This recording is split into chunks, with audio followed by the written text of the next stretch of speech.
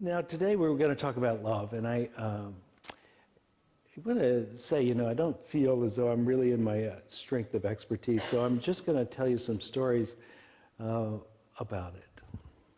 So love is, as most of you know, is really the thing that most of us crave the most, and we go about getting it in some peculiar ways, right? And many of us feel like we're at a deficit, even so. Even though it might be a big focus of our lives, we somehow have barred ourselves from having the full experience of loving and being loved. We would have a small group of a dozen people, and there would be a leader or two in there, and I was sitting in the circle, my circle, and I was like the shepherd for these people through the process, and thought, okay, well, I know what they need. They just need to feel loved. And so I said, I'm going to open my heart and just flood them while they have their eyes closed and they're meditating. I'm going to send them love. And I realized I went to do this, but the aperture of my love was so small, I could not squeeze it out. I tried. I did a little bit, but it was kind of like I wanted a water cannon, and what I got was a squirt gun. And just a little squirt would come out at a time. And so I did a lot of work over the next 10 or 12 years, probably, meditating on the heart chakra, kind of like we did today. And in meditating on the heart chakra, I realized that time after time when I would do this, I would come into a layer of grief. And I think many times what we do when we have these so-called negative emotions is to avoid having the negative emotion. What we do is we begin to encase the heart in some protective shell. And it was that protective shell that wouldn't let it out, that it closed up all but this tiny little aperture. And it just had built this web over my heart that wouldn't let stuff in or out. So this process of melting this away, in the process of doing that, one of the things that would come up was as I would go beneath the surface, and that would be where the grief is, the loss, the sense of, and that loss is really that loss of connection. You scratch anyone's surface and you realize that even the tough guys, they want to connect. That they want their hearts to be touched. They want to give love and receive love. And so we must work we must almost engineer a life that has a place where we can be open-hearted. We have done, I think that's a big reason why people come to church, is that they come to feel something you can't find in the field of commerce that often. They come here.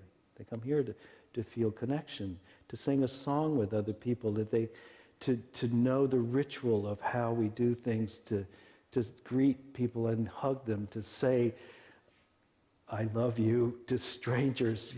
Where you get arrested in some places for that. And so let's talk about how to open the heart. You bring your attention to the heart chakra. And in bringing your attention to the heart chakra, you give it a chance to flourish. And if you think, I'll love because I'll see something attractive, Fillmore says you're missing the point. That the real point is to see beyond the physical and to love not the physical you're seeing, but to love the divine expressed as the physical.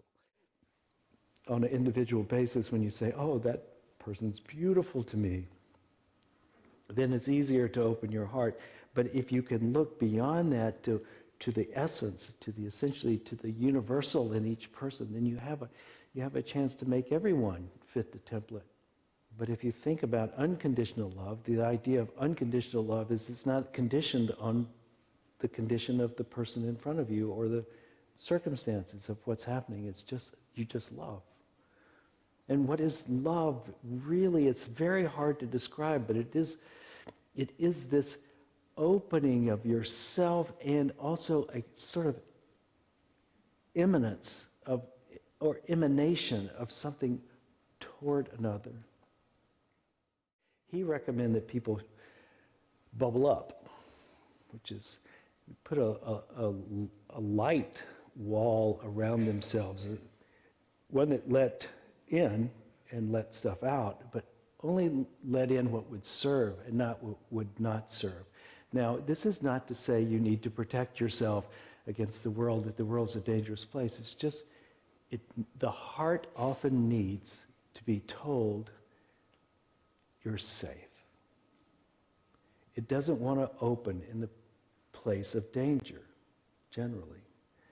So it's not to say that the world is an unsafe place. It's to say that your heart is safe. So you put this shield up around you, and you tell it, let only that which will serve me in. And I'm not saying that's not going to hurt.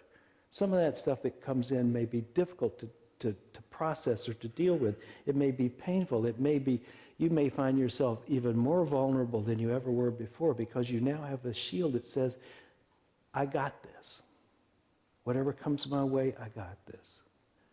And then from that place, then you expand your heart and you give your love out in all directions without really concern.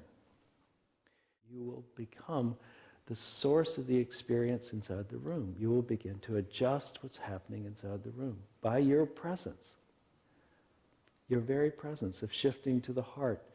The world is waiting for this. They're waiting to feel safe, to feel loved, to feel appreciated. This is what being the light of the world is about. Is to be loved, and to be loved, and often in places where it doesn't seem like it's obvious it should show up. The world is waiting to hear love, to feel love, to know that their heart and your heart are connected. They're waiting for that. You love, you give.